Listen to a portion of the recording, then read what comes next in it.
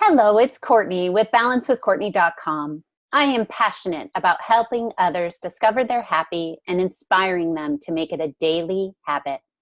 My intention is to hack happy by interviewing experts to share their story and inspire others and create a happy movement. Today's happy expert is Kristy Ware. Kristy is a pre- and postnatal fitness coach, core rehab specialist, speaker, author, and educator. She helps women, new moms to menopause, regain their fitness and fabulousness. She believes that true health is achieved through a holistic approach by taking care of your mind, body, and soul. Kristy has been featured on blogs such as Bellies Inc, Thrive Global, and the Personal Training Development Center. She has also been a featured speaker and workshop facilitator at BCFit Conference, Vernon Women in Business and Baby Talk events in her community. Kristy trains clients in person and online through self-led, one-on-one, and group programs.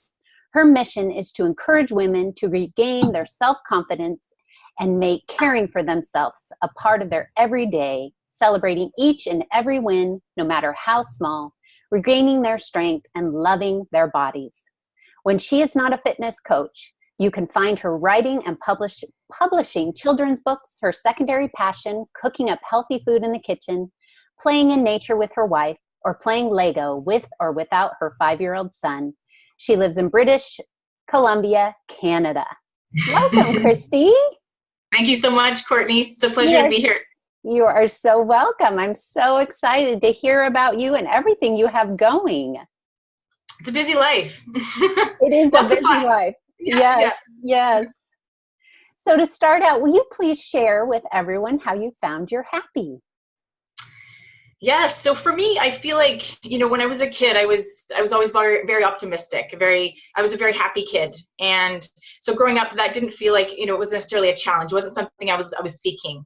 And then, in my teens, late teens, early 20s, you don't really know what you've got till it's lost, right? And so I felt like I was going through this transition of confusion, of shame, of guilt. I was coming out as gay, and I didn't know, I just so much question around all of that and what that meant.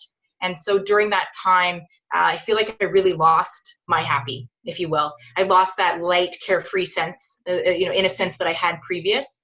And so for me, it really, finding my happy came from self-acceptance. It was really coming back to, I had to believe in who I was, that I was okay. There was nothing wrong with me. The way that I dressed, the clothes I chose to wear, the people I chose to love, all of that was okay. And when I found that again, the layers started peeling away, and I, again, regained that happy, optimistic self that I had when I was a kid. So that's definitely how I found my happy. So a lot of acceptance. Totally self-acceptance. And I love how you said peeling the layers, because it's like each time we accept another part of ourselves and who we are, it's like another weight is just lifted off of you. Totally. And that's exactly how it feels. It's like these bags are on us, or these, we're carrying all this stuff and we're just dropping them behind. And then you suddenly feel lighter, and you feel that sense of, wow, something shifted and I'm feeling good again. And so, yeah. So I just got this instant visual of, I know you probably used to watch The Biggest Loser. I did. Yeah.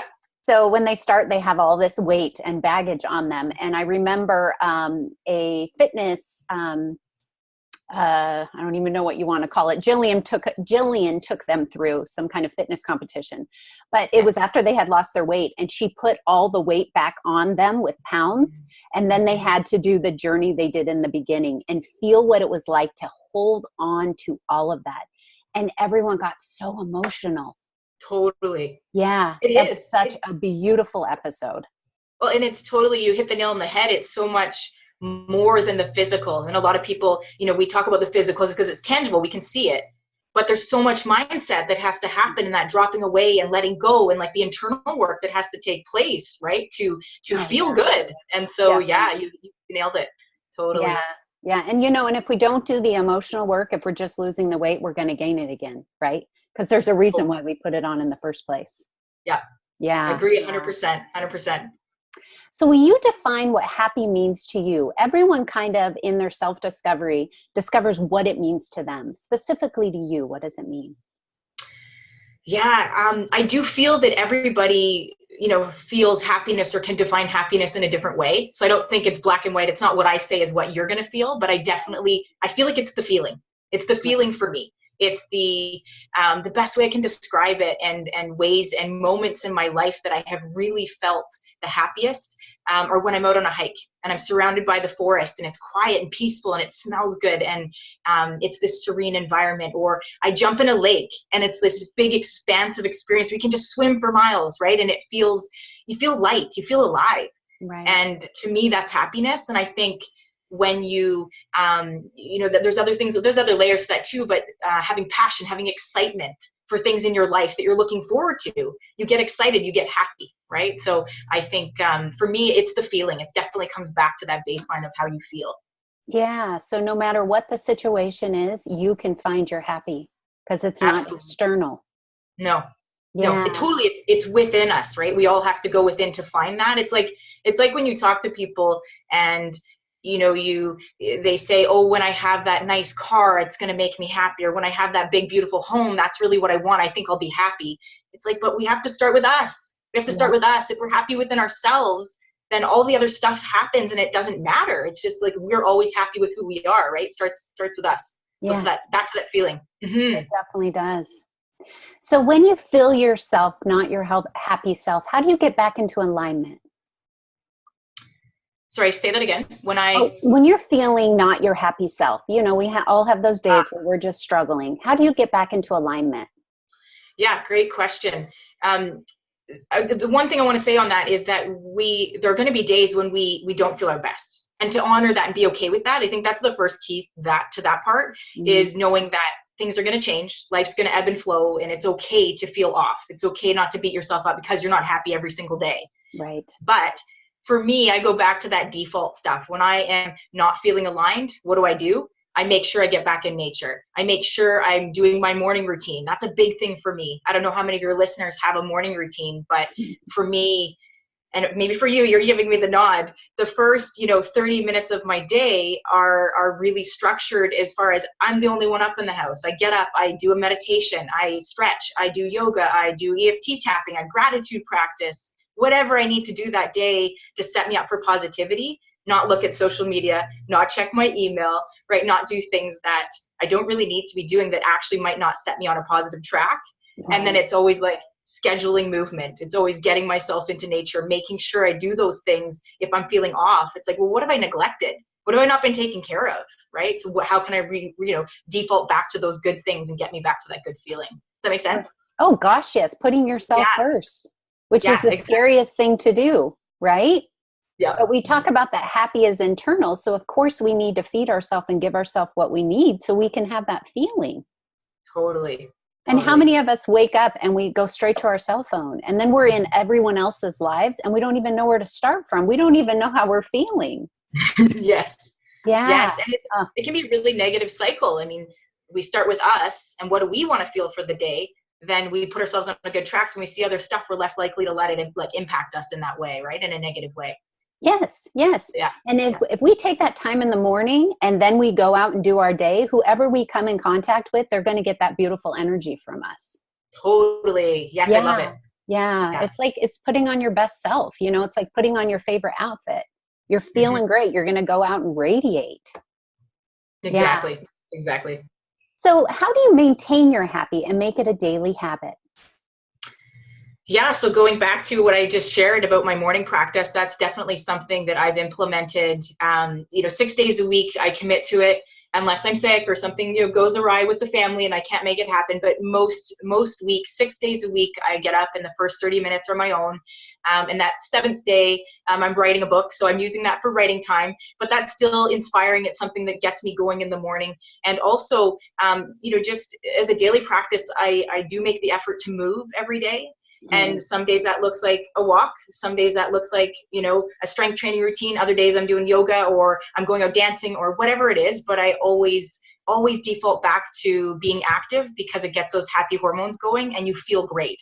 And so it doesn't have to be long and drawn out, but something every day. I almost plan it the night before and know what I'm going to be able to fit in and how I can do it. So, yeah. So can we go back to your happy story a little bit? I'm curious. So Sure. you keep bringing up being active, and you're a personal trainer. So on your journey to find your happy, did it start with discovering that you wanted to be a healthier self and give that to others? I mean, where did that story start where you were like, okay, I'm ready to change things up? Yeah. Well, when I was 4, my mom put me in softball. And so I was on the ball field, right from very young, and I played sports all through school, elementary, high school, right up to college. I was still active and playing sports. And that at moments in my life where I had stress, which I grew up with a lot of stress in my home. I have a handicapped brother, so there was moments of stress quite often. So it was my default, my go-to was always to get outside, to go play basketball in the yard. I had a basketball net, or I'd go for a run, or I'd grab my bike and go for a ride, or go shovel the snow if it was winter. That was my go-to to deal with stress. And I realized, especially as I got older, hit my teens, I was going through my own struggles, that I used exercise sometimes to a fault. And I've had to backtrack and learn how to manage that better.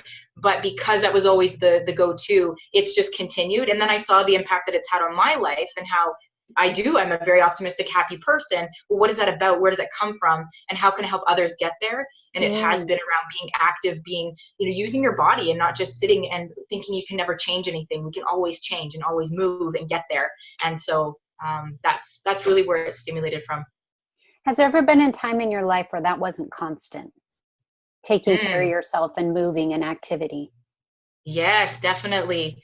I had a 2 slip disc in my back in 2011, and I'd had several other sports injuries. As you can imagine, you're being active, you're going to bound to hurt yourself. But this was a very definite point in my life that I was actually bedridden for some time. I could barely walk, couldn't get myself out of bed. It was a kind of a fluke injury, which I think had built up over time.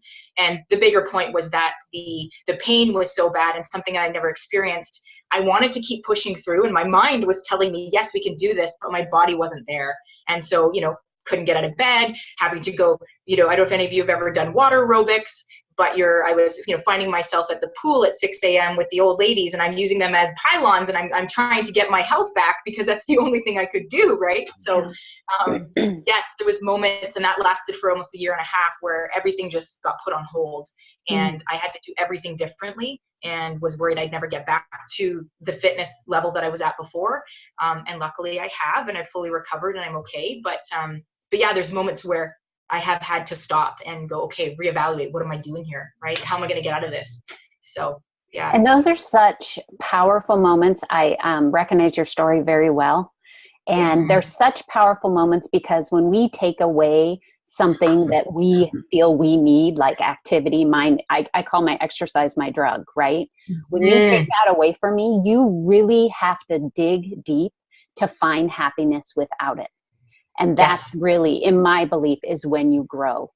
Yes. So I think we all hit a time where the things that we are used to, our comforts, are taken away. And that really opens up an opportunity to discover who you are, and that you can find that internal happy feeling no matter what you're doing. I love that you brought that up, because that is exactly what happened during that time. I'd never been someone previous that really stopped and meditated or did yoga or anything like that. I thought that was for someone else. It wasn't for me. Right. And then when I hit the back injury and couldn't do the things I was used to doing, I had to change everything. And one of the things a couple of the good things that came out of it was I really tuned into my body. I was like, what's my body telling me right now? Like, what do I need? And I can't do what I used to do anymore. So what other outlets do I have? Which ended up being, creating a meditation practice, getting into yoga, doing things that looked a little different, but still hugely beneficial. And I was now able to use my mind and not just my body, which was really, really powerful. Right. And I can imagine in times in your life, like you said, you guys are super busy right now. And when you had your son, I mean, everything gets put on the back burner, because there's a new being in your life that takes priority. And so that is a beautiful time to go in and say, okay, but I can still keep that feeling that I get with exercise, even though I can't exercise. That's right. That's right. Yeah, for sure. Oh, so beautiful. Thank you for sharing all that. Yeah. Thanks for your reflections. So great. So will you please give our fans one last piece of advice, something for others out there struggling to find their happy? Well, my first go-to would be go hug a tree, go walk along the beach, put your feet in the sand, go jump in the lake, like something like that, right? Go to nature, go back to the roots, go back to the grounding feelings. That is my first, yes, laughing go-to that, I can share. But really at the end of the day, there's a 3-step process that I'd love to share because I think it's really impactful. And I think you'll definitely resonate with this. So when we're looking for our happiness, the first thing we must do is decide, well, what makes me happy, right? We got to figure out what it is.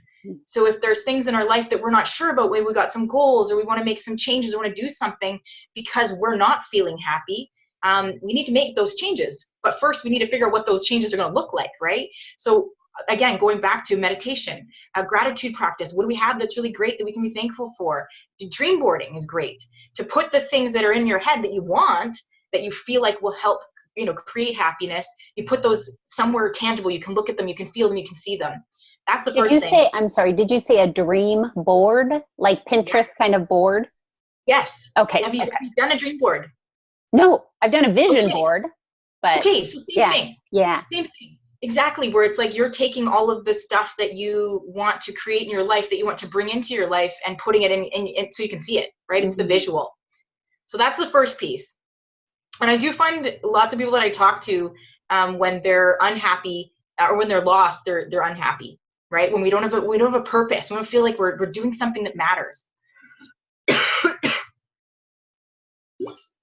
So really just getting clear, I think is the first thing. And then the second step is to create a plan around that. If you're in a situation where you know that your happiness is caught up in a work situation that sucks, you don't like your boss, you need to get out of there. Okay, well, what kinds of things do you need to do to plan to get out of that situation, right? Or maybe you're wanting a better health. Okay, well, what's the plan to get you from where you are right now to the health that you want? Well, we need to make a plan, right? We need to put those things in place. Yes. And then, of course, the third one is action, right? When we take those small steps regularly and we add them together, we get that momentum and we start feeling good. And then happiness isn't a journey anymore. We're already there. We're just living it, right? Because we've done all the things we need to do to get us there. Right. So if there's anything that, people can take away, I think it is really taking those small bits that add up daily, as you said, those daily practices, those things that matter to you, and doing them. And then you're not seeking happiness. It's already there. You're living it. You're living your life on your terms. So, yes. It brings me back to people that don't know. I'm very familiar with Kristy and her wife.